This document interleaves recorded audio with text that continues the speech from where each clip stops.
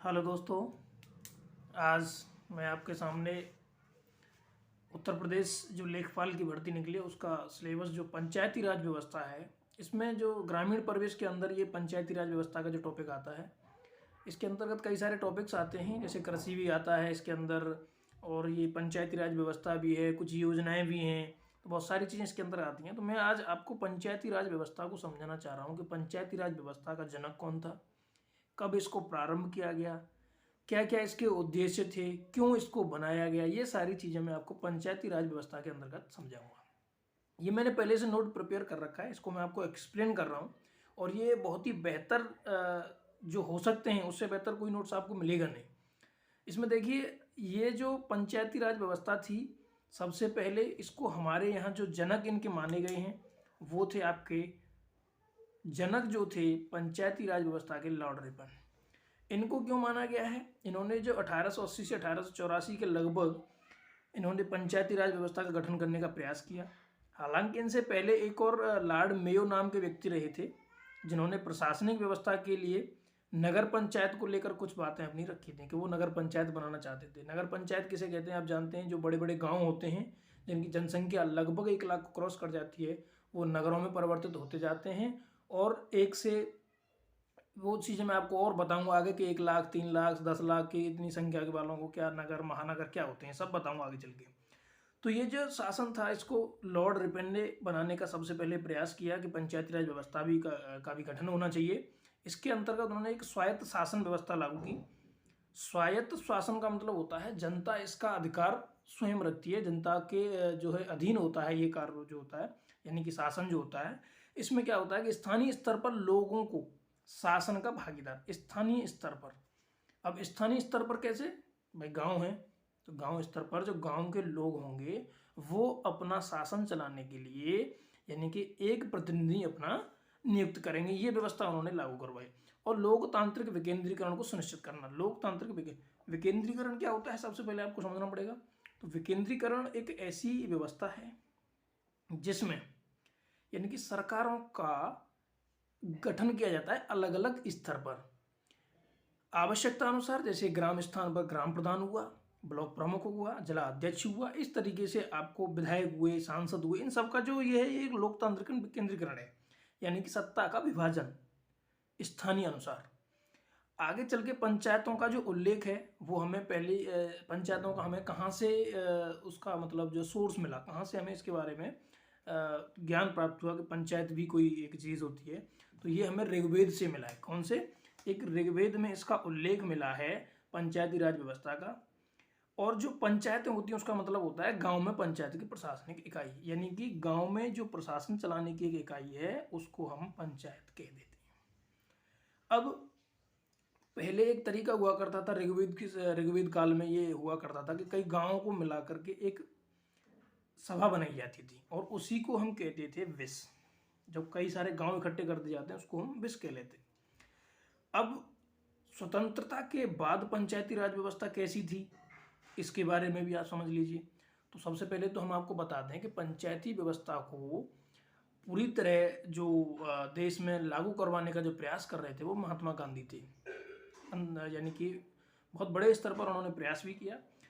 अब उन्होंने ग्राम स्वराज की अवधारणा का उदय हुआ, ग्राम स्वराज की अवधारणा का उदय हुआ महात्मा गांधी के द्वारा। महात्मा गांधी ने ही इसका उदय किया था। महात्मा गांधी की इस विचारधारा का जो समर्थन करने वाले लोग थे उन्होंने समर्थन भी किया। कुछ लोग ऐसे थे जो संविधान सभा में पारित भी नहीं थे, यानी संविधान सभा में के अंतर्गत वो सदस्य भी नहीं थे। उन लोगों ने भी महात्मा गांधी की जो बातें हैं उनको मांग रखने के लिए उन्होंने आगे बढ़ाया। उसमें सबसे पहले हम आपको नाम बता दें, एक है श्रीमन नारायण अग्रवाल और एक थे जयसी कुमारप्पा। ये दो लोग थे, ये दोनों गांधीवादी विचारधारा वाले लोग थे, मैं आपको बता दूं। और ये जो पंचायती राज व्यवस्था है ये हमारे संविधान के भाग 4 में, संविधान जो है इसके अंदर बहुत सारे भाग हैं, फिर उनके अंदर भी अनुच्छेद हैं। तो संविधान के भाग 4 में और अनुच्छेद 40 में पंचायती राज व्यवस्था का उल्लेख मिलेगा आपको। और ये जो भी पंचायत का गठन हुआ था वो गांधीवादी विचारधाराओं के आधार पर किया गया था। तो जो गांधी जो थे वो क्या करना चाहते थे, राज्य के नीति निर्देशक तथ्यों के आधार पर वो पंचायत का गठन करना चाहते थे। स्थानीय सुशासन पंचायत में सुधार, सबसे पहले क्या हुआ था, 2 अक्टूबर 1952 में, जिस समय हमारे जो प्रधानमंत्री हुआ करते थे वो पंडित जवाहरलाल नेहरू थे, तो उन्होंने एक सामुदायिक विकास कार्यक्रम का गठन किया। क्या? सामुदायिक विकास कार्यक्रम। और जो सामुदायिक विकास कार्यक्रम था वो किसके द्वारा चलाया जाता था? फोर्ड फाउंडेशन के द्वारा। पहली बात, जो सामुदायिक विकास कार्यक्रम था वो क्या था? तो सामुदायिक विकास कार्यक्रम का मतलब होता है एक समुदाय का विकास करने का जो प्रक्रिया तैयार की जाती है, उसी को हम सामुदायिक विकास कार्यक्रम कहते हैं। अब इसका उद्देश्य क्या हुआ करता था? देखो ये आ गया यहाँ पर उद्देश्य, तो सामाजिक विकास एवं आर्थिक विकास। अब आप अपने गांव स्तर पर देख लीजिए या किसी और स्तर पर भी देख लीजिए, तो इस तरीके का जो गठन हुए हैं वो सामाजिक विकास और आर्थिक विकास का गठन करने के लिए ही बनाया गया है। अब इनके बाद क्या हुआ, ये जो इनका उद्देश्य था सामुदायिक विकास कार्यक्रम, ये विफल हो गया। कब हुआ विफल? जब लागू ये 1952 में किया गया था, गांधी जयंती के अवसर पर, यानी कि 2 अक्टूबर 1952 को। तो क्या हुआ, जब ये विफल हो गया तो एक हमारे व्यक्ति थे उस समय पे, बलवंत राय, उन्होंने क्या कहा, ये सामुदायिक विकास कार्यक्रम जो है क्यों विफल हुआ, वो इसका कारण जानना चाहते थे। इसीलिए उन्होंने एक समिति का गठन किया और वो समिति थी आपकी बलवंत राय मेहता समिति। क्या थी? बलवंत राय मेहता समिति। और ये सन 1957 में इसका गठन हुआ। बलवंत राय मेहता समिति का जो नियुक्ति थी वो किसने की थी? योजना आयोग के द्वारा। योजना आयोग, ये आपको बहुत इंपॉर्टेंट पॉइंट है, ये आपको याद करने पड़ेंगे कि बलवंत राय मेहता समिति का जो गठन था, जो नियुक्ति थी, किसके द्वारा की गई थी? योजना आयोग के द्वारा। अब इसका उद्देश्य क्या था वो तो आपको पता ही चल गया। बलवंत राय मेहता जो थे वो क्या चाहते थे? वो चाहते थे कि जो सामुदायिक विकास कार्यक्रम है वो क्यों विफल हुआ, वो उसका कारण जानना चाहते थे। इसीलिए उन्होंने इस समिति का जो गठन किया। तो वो पंचायती राज व्यवस्था की संरचना के जनक भी माने जाते हैं। कौन? बलवंत राय मेहता पंचायती राज व्यवस्था के संरचना के जनक भी माने जाते हैं, क्योंकि उन्होंने एक संरचना तैयार की थी। वो संरचना मैं आपको बता रहा हूं। इन्होंने संरचना में क्या बताया था? इन्होंने बताया था कि जो सरकार है, पंचायती राज व्यवस्था की जो सरकार बनेगी, उसको 3 स्तरों में विभाजित होना चाहिए। 3 स्थानों में त्रिस्तरीय पंचायत होनी चाहिए। पहली होनी चाहिए आपकी ग्राम स्तर पर, सबसे छोटी इकाई ग्राम स्तर पर होनी चाहिए। दूसरी बात प्रखंड, प्रखंड को कह देते हैं ब्लॉक, ठीक। और उसके बाद आता है आपका जिला स्तर। क्लियर? आपको समझ में आ रही बात है? ये आप जानते भी हैं कि आपकी जो सरकार है उसके अंतर्गत आपके यहाँ सबसे पहले एक ग्राम प्रधान की नियुक्ति होती है, ब्लॉक स्तर की भी होती है, यानी प्रमुख जिसे कहते हैं, और एक जिला स्तर पर होता है जिसे हम जिला अध्यक्ष बोलते हैं। इसका जो होता है उसे प्रमुख बोलते हैं। मुखिया जो होता है इसका प्रमुख कहलाता है, और इसका जो मुखिया होता है इसका तो प्रधान कहलाता है। हालांकि आगे आपको ये सारी चीजें मिलेंगी, लेकिन मैं यहाँ भी बताना चाहता हूँ, इनका जो होता है वो जिला अध्यक्ष होता है। हालांकि आगे आपको ये चीजें बताऊंगा मैं। अब मैं आपको बताना चाहूंगा कि ये जो बलवंत राय मेहता समिति थी, इसका और एक उद्देश्य तो आपकी समझ में आ गया। इन्होंने और अपने क्या विचार रखे थे वो मैं आपको बता देता हूं। देखिए,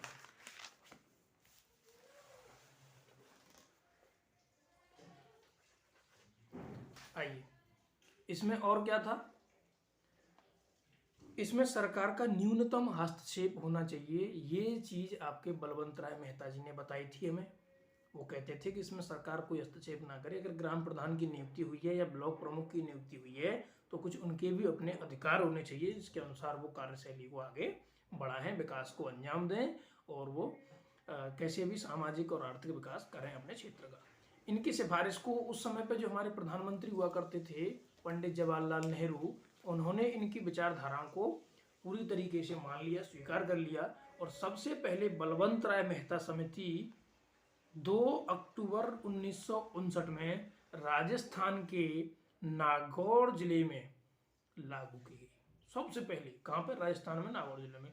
उसके बाद 11 अक्टूबर 1959 में ही, यानी 9 दिन बाद ही, आंध्र प्रदेश के महबूब जिले में लागू की गई। अब इसी जगह में आपको एक चीज़ और बता दूं कि आंध्र प्रदेश पहला वो राज्य था जिसमें यानी कि पूरे प्रदेश में लागू होने वाली, यानी ये जो आंध्र प्रदेश ऐसा प्रदेश था जिसने अपने पूरे प्रदेश में इस बलवंतराय मेहता समिति को लागू किया था। ये पहला प्रदेश था।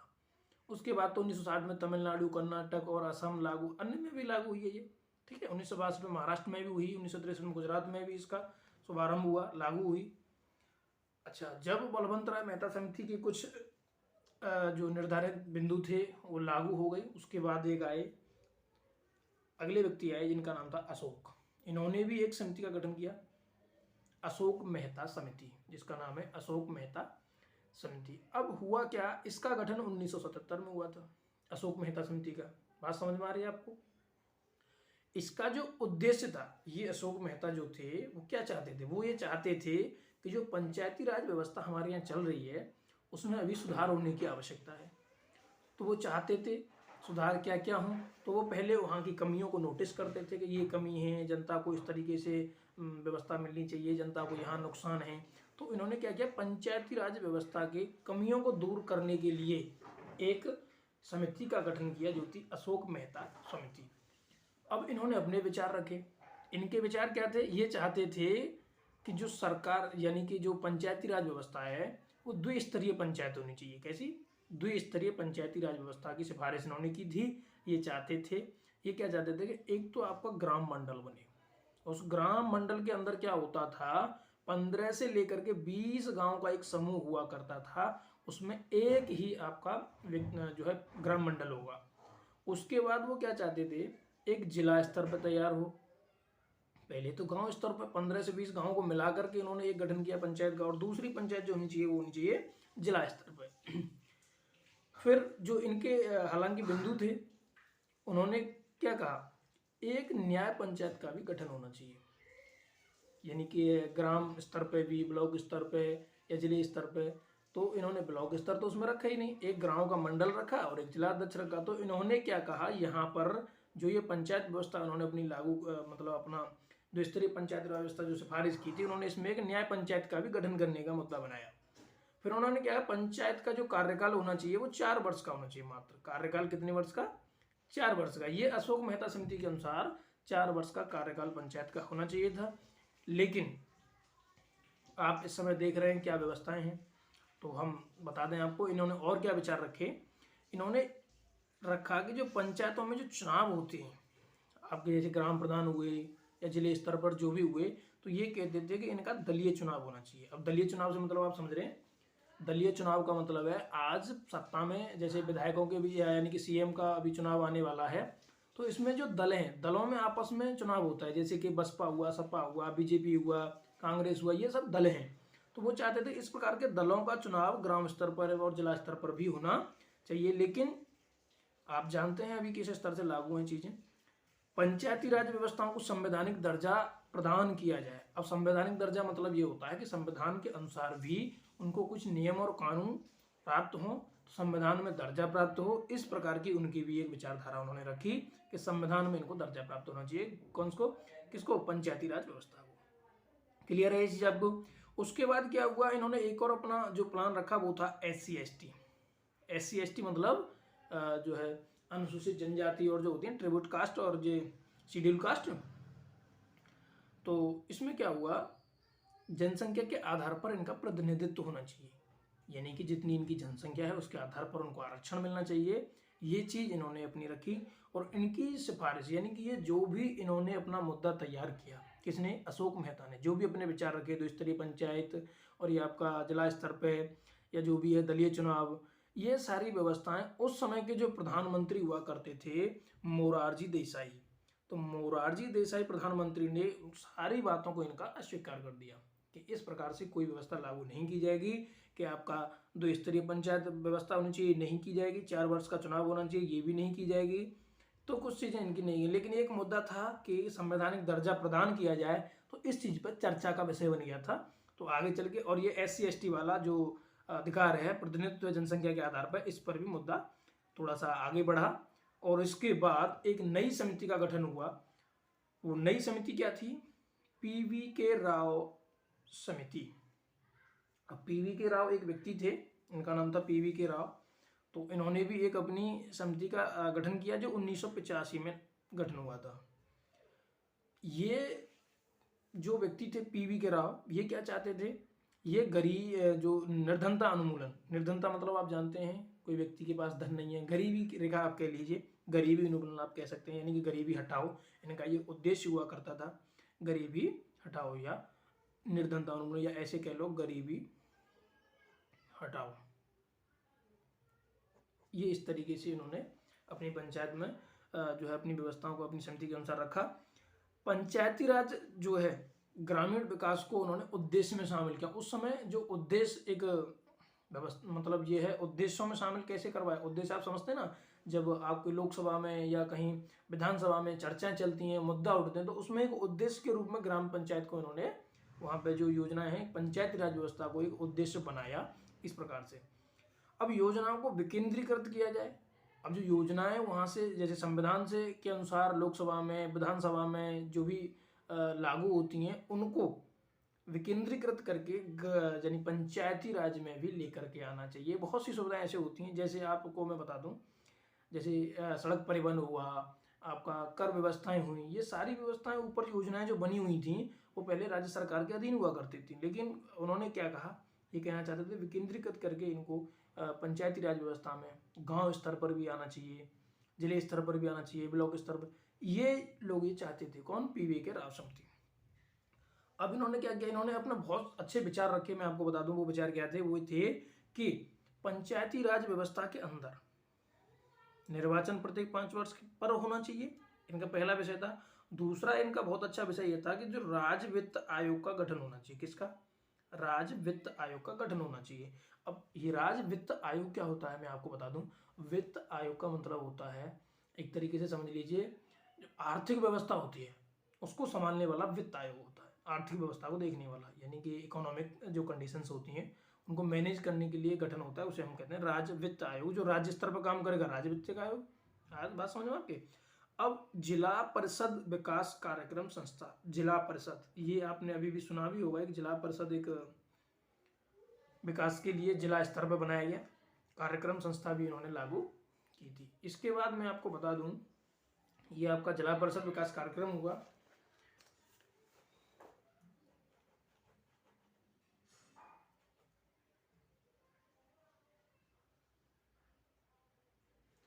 अब इसके बाद एक बहुत इंपॉर्टेंट आपके पास समिति आई, और इस समिति को आपको बहुत अच्छे से याद करना पड़ेगा क्योंकि ये बहुत इंपॉर्टेंट भी है और बहुत जरूरी भी है इसका याद होना। ये जो समिति थी वो कौन सी थी, यानी ये थी आपकी लक्ष्मी मल सिंघवी समिति। एक व्यक्ति का नाम था लक्ष्मी मल, यानी कि LM, इसको LM भी लिख सकते हैं, LM सिंघवी समिति। इसका गठन जो हुआ था 1986 में हुआ था। ये बहुत इंपॉर्टेंट है, आपको याद भी रखना है। अच्छा, आपको एक बात बताते हैं, जो पीवी के राव समिति थी वो किस समय पर आई थी। उस समय पर हमारे प्रधानमंत्री हुआ करते थे, कौन? सबसे युवा प्रधानमंत्री राजीव गांधी, उनकी सबसे कम उम्र में वो प्रधानमंत्री बन गए थे। अब जो LM सिंघवी समिति है, इसका जो गठन था किसके द्वारा किया गया था, सबसे इंपॉर्टेंट आपको याद रखना है क्योंकि इसी के अंतर्गत आपको बहुत सारी चीजें पढ़नी होंगी। तो ग्रामीण विकास मंत्रालय के द्वारा इस जो LM सिंघवी समिति इसका गठन किया गया था। दूसरी चीज क्या थी कि पंचायती राज व्यवस्था को संवैधानिक दर्जा प्रदान किया जाए। तो ये बात आपको कहाँ पर मिली थी? अशोक मेहता समिति में भी मिली थी कि संवैधानिक दर्जा प्राप्त हो, क्योंकि ये मुद्दा का विषय बन चुका था। SC/ST एक्ट वाला भी वहाँ पे जो अशोक मेहता के में था वो भी एक उद्देश्यपूर्ण बात थी, उस पर भी मुद्दा चला था। उसके बाद क्या हुआ, पंचायती राज व्यवस्था को 2 भागों में विभाजित कर दिया गया। ये LM सिंघवी समिति के अनुसार जो आपकी पंचायत थी, यानी कि 2 भागों में विभाजित कर दी गई। 2 भाग कौन कौन से थे? एक तो ग्रामीण पंचायती राज होना चाहिए और दूसरा आपका नगरीय पंचायती राज होना चाहिए। 2 भागों में जो इन्होंने विभाजित किया, ये इसीलिए बहुत इंपॉर्टेंट है क्योंकि आज आप इसी का अध्ययन करते हो। मैं आपको बता दूं कि ये जो ग्रामीण पंचायती राज जो नगरीय पंचायती राज, दोनों की अलग अलग कार्यशैली है। ये जो आपको आगे और विस्तार से समझाई जाएगी, लेकिन फिलहाल से समझिए, इन्होंने ग्रामीण पंचायती राज में तो ग्राम पंचायत का प्रखंड लेवल पे यानी कि ब्लॉक लेवल पे और जिला स्तर पे तीनों का गठन इन्होंने नगरीय पंचायत में, ये ग्रामीण पंचायत में था। अब नगरीय पंचायत में क्या था समझ लीजिए। तो नगर पंचायत में नगर पंचायत राज सबसे पहला, दूसरा होता था नगर पालिका और तीसरा होता था नगर निगम। हम आपको बता दें कि आजकल आप देखते होंगे ना, गाड़ियों पे लिखा हुआ देखते होंगे कि अध्यक्ष या मेयर, चेयरमैन, वो सब यही हुआ करता है। तो जो अध्यक्ष होता है उसको हम चेयरमैन भी कह देते हैं। बात समझ में आ रही है आपकी। अब क्या हुआ, नगर निगम का होता है मेयर, इनके दोनों के होते हैं अध्यक्ष। यहाँ पे होता है प्रधान, यहाँ होता है प्रमुख, ये होता है जिलाध्यक्ष। बात समझ में आ रही है आपको। अब आप ये कहेंगे कि भाई नगर तो जैसे बड़े बड़े भी हैं, तो इनमें किस तरीके से हम गठन करेंगे कि भाई ये नगर पंचायत है या नगर पालिका है या नगर निगम होना चाहिए। तो मैं आपको बता दूं, जहाँ की जनसंख्या 1 लाख के लगभग होगी, यानी 20,000 के क्रॉस हो जाए और 1 लाख के लगभग होगी, तो आपको क्या है वहाँ पे एक नगर पंचायती राज व्यवस्था लागू करनी पड़ेगी। बात समझ में आ रही है। उसके बाद क्या होता है, नगर पालिका का गठन। ये कब होता है कि 1 लाख को जनसंख्या क्रॉस कर जाए और 3 लाख तक के बीच में हो, तो वहाँ नगर पालिका का गठन होता है। इसका भी जो प्रधान व्यक्ति होता है वो अध्यक्ष होता है, इसका भी अध्यक्ष ही होता है। और नगर निगम जो होता है, अगर 3 लाख से भी अधिक और 10 लाख से भी कम होगी, तो वहाँ आपकी जो नगर निगम की संरचना हो जाएगी। हम आपको बता दें कि इसके बाद क्या है, अगर 10 लाख से क्रॉस जनसंख्या हो जाएगी तो वो महानगर बन जाता है। फिर वहाँ पे नियम अलग अलग होते हैं ना, वहाँ की पंचायत अलग कार्य करती है। अब बात आती है आपकी कि प्रत्येक 5 वर्ष पर निर्वाचन होना चाहिए। एल.एम. सिंघवी समिति ने क्या कहा, प्रत्येक 5 वर्ष पर। तो प्रत्येक 5 वर्ष पर तो आपने जो है पी.वी. के राव समिति में भी ने यही बताया था, लेकिन केवल अशोक मेहता ऐसे आए थे जिन्होंने क्या कहा, 4 वर्ष पर निर्वाचन होना चाहिए। अब क्या हुआ, महिलाओं के प्रतिनिधित्व के लिए 1/3 आरक्षण का प्रावधान होना चाहिए। तो भाई साहब, एल.एम. सिंघवी समिति में महिलाओं के लिए आरक्षण की भी व्यवस्था करी गई थी। ये चाहते थे कि आरक्षण भी होना चाहिए महिलाओं के लिए 1/3, यानी 100 में से 33 महिलाएं होनी चाहिए। अब क्या हुआ, महिलाओं को जो व्यवस्था इन्होंने किया था, तो ये जो समिति थी जो महिलाओं को आरक्षण दिलाना चाहती थी, तो इस काम को सबसे पहले बिहार ने, एमपी ने, झारखंड में, उत्तराखंड में पंचायती राज व्यवस्था, यानी कि इन चारों राज्यों की जो पंचायती राज व्यवस्था थी, इसमें महिलाओं को 50% आरक्षण दिया गया। सबसे पहले इन्होंने दिया गया था। तो एल.एम. सिंघवी समिति का जो उद्देश्य था उसको इन्होंने सबसे पहले लागू कर दिया और 50% आरक्षण दिया, यानी 100 में से 50 महिलाएं, 50 पुरुष लड़ सकते हैं किसी भी पंचायती राज व्यवस्था में चुनाव के लिए। इन्होंने जो एससी और एसटी के लिए जो जनसंख्या के अनुपात में सीटों का विभाजन होना चाहिए, इन्होंने भी इसका मुद्दा उठाया, और जो अशोक मेहता ने भी बताया था, है ना। बात समझ में आ रही है। तो अब जो जनसंख्या के अनुपात में सीटों का विभाजन होता है, इसी को हम एक नया शब्द देते हैं, इसका नाम है परिसीमन। हालांकि ये जनसंख्या के आधार पर जो अनुपात में सीटों का विभाजन होना चाहिए, ये आज भी लागू है, क्योंकि जनसंख्या के आधार पर किस तरीके से, अब भाई जनसंख्या जैसे कहते हैं ना, आपके यहाँ महिला सीट है, या कह देते हैं आप एससी सीट है या एसटी सीट है, वो यही आधार पर आपको विभाजन किया गया है। पंचायती राज व्यवस्था को संवैधानिक दर्जा प्रदान होना चाहिए, ये बात आपको हम बता चुके हैं कि एल.एम. सिंघवी समिति में भी ये मुद्दा रखा गया था। अब इसमें क्या हुआ था, 73वां संविधान संशोधन, यानी कि मैं आपको बता रहा हूँ संविधान का जो दर्जा प्रदान होना चाहिए वो यहाँ हुआ, और किस तरीके से हुआ वो भी देख लीजिए कि जो संविधान का 73वां संविधान संशोधन था 1992 में, उसमें तो आपको ग्रामीण पंचायत के बारे में पूरी तरह उल्लेख किया गया, यानी कि संविधान दर्जा दिया गया। और 74वें संविधान संशोधन 74 में 1993 यानी कि 1993 में आपको नगरीय पंचायत के बारे में, व्यवस्था के बारे में उल्लेख किया गया है। इसमें क्या है, ये जो ग्रामीण पंचायती राज था, इसको 24 अप्रैल 1993 में लागू किया गया था। यानी कि ग्रामीण पंचायती राज व्यवस्था कैसे कैसे होनी चाहिए, वो जो लक्ष्मीमल सिंघवी समिति ने बताया था, उसी प्रकार से इनको यहाँ पे संविधान में दर्जा प्राप्त किया गया। इसीलिए आपको बता रहा हूँ मैं, लक्ष्मीमल सिंघवी समिति जो बहुत इंपॉर्टेंट है, इसको आप याद रखना पड़ेगा कि इसका उद्देश्य क्या था, कैसे इसका गठन हुआ, किसने गठन किया था, और क्या क्या इनके उद्देश्य थे। ठीक है। अब इसमें जो पंचायती राज व्यवस्था है उसमें तो 19 विषयों पर कार्य होता है, और जो पंचायती राज जो है नगरीय पंचायती राज है, इसमें 18 विषयों पर कार्य होता है। इसका जो लागू हुआ था 1 जून 1993 में लागू हुआ था। ठीक है। अनुसूची, जैसे अनुसूची होती है ना संविधान के अनुसार, तो अनुसूची 11वीं में इसका उल्लेख मिलेगा और अनुसूची 12वीं में इसका नगरीय पंचायत का उल्लेख मिलेगा।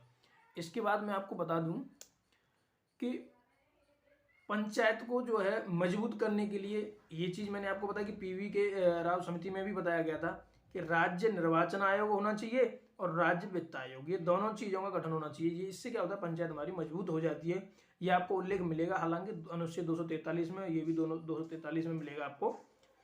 अब संवैधानिक दर्जा प्राप्त पंचायती राज्य व्यवस्था लागू करने वाला प्रथम राज्य कौन सा था, तो हम आपको बता दें संवैधानिक दर्जा जब पंचायती राज व्यवस्था को मिला था, उसको लागू करने वाला प्रथम राज्य जो था वो एमपी था। कौन सा था? मध्य प्रदेश था। अब इसके बाद एक और समिति आई जिसका नाम था पीके थुंगन समिति। पीके थुंगन समिति 1988 में ये इसका जो गठन हुआ। इन्होंने क्या किया, पूरी तरह एलए जो सिंघवी समिति थी पूरी तरह उसको स्वीकार लिया, उन्होंने उसका समर्थन किया, जो भी उनके विचार थे उनको पूर्ण रूप से समर्थन दिया। बट ये एक विचार अपना रखना चाहते थे, इन्होंने कहा कि जो पंचायत का संबंध है, पंचायत का संबंध सीधा केंद्र सरकार के द्वारा होना चाहिए। किसके द्वारा? केंद्र सरकार के द्वारा। भाई ये चीज इनकी बिल्कुल अमान्य कर दी गई और इसको किसी भी प्रकार से कोई दर्जा नहीं दिया गया, इसको बिल्कुल अमान्य घोषित कर दिया गया। क्योंकि आज भी आप देख रहे हैं राज्य में जो भी ग्राम प्रधान होते हैं या जो भी ब्लॉक प्रमुख या अध्यक्ष कार्य करते हैं वो विधानसभा के अनुसार कार्य करते हैं, यानी राज्य सरकार के अनुसार काम करते हैं, केंद्र सरकार से उनका कोई उल्लेख नहीं होता है। अब क्या हुआ, इन्होंने त्रिस्तरीय राज्य व्यवस्था को संवैधानिक दर्जा दिया, ये भी बात ठीक है, ये तो सब इसी के अनुसार दी गई, इन्होंने इन्हीं का पूरी तरीके से क्या किया, समर्थन किया। ठीक है, महिला पिछड़ी SC ST के लिए पंचायती राज में आरक्षण की मांग इन्होंने भी की थी, वो पहले से लागू हो चुकी थी, यानी LM सिंघवी समिति के अनुसार। निर्वाचन के लिए राज्य निर्वाचन आयोग और वित्त के लिए प्रत्येक राज्य में वित्त आयोग होना चाहिए, ये भी आपको। ये कहाँ से स्टार्ट हुआ था वित्त आयोग वाला बिंदु जो है वो आपका PV के सिंघवी समिति से स्टार्ट हुआ था। अब क्या है, ग्राम पंचायतों को न्यायिक अधिकार दिया जाए। न्यायिक अधिकार मतलब गांव के स्तर पर भी न्याय करने की एक प्रक्रिया होनी चाहिए, उसी को हम कहेंगे कि न्यायिक अधिकार भी दिया जाना चाहिए। इसके बाद हम आपको बता दें कि जो टॉपिक थे हमारे आज के लिए पहली वीडियो में हम इतना ही आपको बता देते हैं।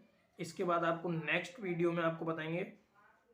और ये हमने जितनी भी आपको समितियां बताई, आज केवल हमने कितनी समितियां बताई हैं, 5 समितियों के बारे में बताया। एक ये पीके थुंगन समिति, लक्ष्मीमल सिंघवी समिति, PV के सिंघवी समिति, अशोक मेहता समिति, बलवंतराव मेहता समिति, इनके बारे में बताया है। पंचायती राज का गठन, नगरीय पंचायत गठन किस तरीके से हुआ, ये सारी चीज़ें आपको मैंने बताई हैं। तो बहुत अच्छे से आप पहले इनको तैयार कर लीजिए। नेक्स्ट वीडियो में आपको कल तक प्रोवाइड कर दूंगा जो है, उसमें आपको और इससे आगे बताऊंगा कि किस तरीके से संविधान के अनुसार इनको दर्जा दिया गया, क्या कार्यशैली होनी चाहिए, क्या नियम, क्या अयोग्य, यानी क्या क्या योग्यता होनी चाहिए व्यक्ति की जो चुनाव लड़े। ये सारी चीज़ें मैं आपको नेक्स्ट टॉपिक में बताऊंगा। ओके, धन्यवाद।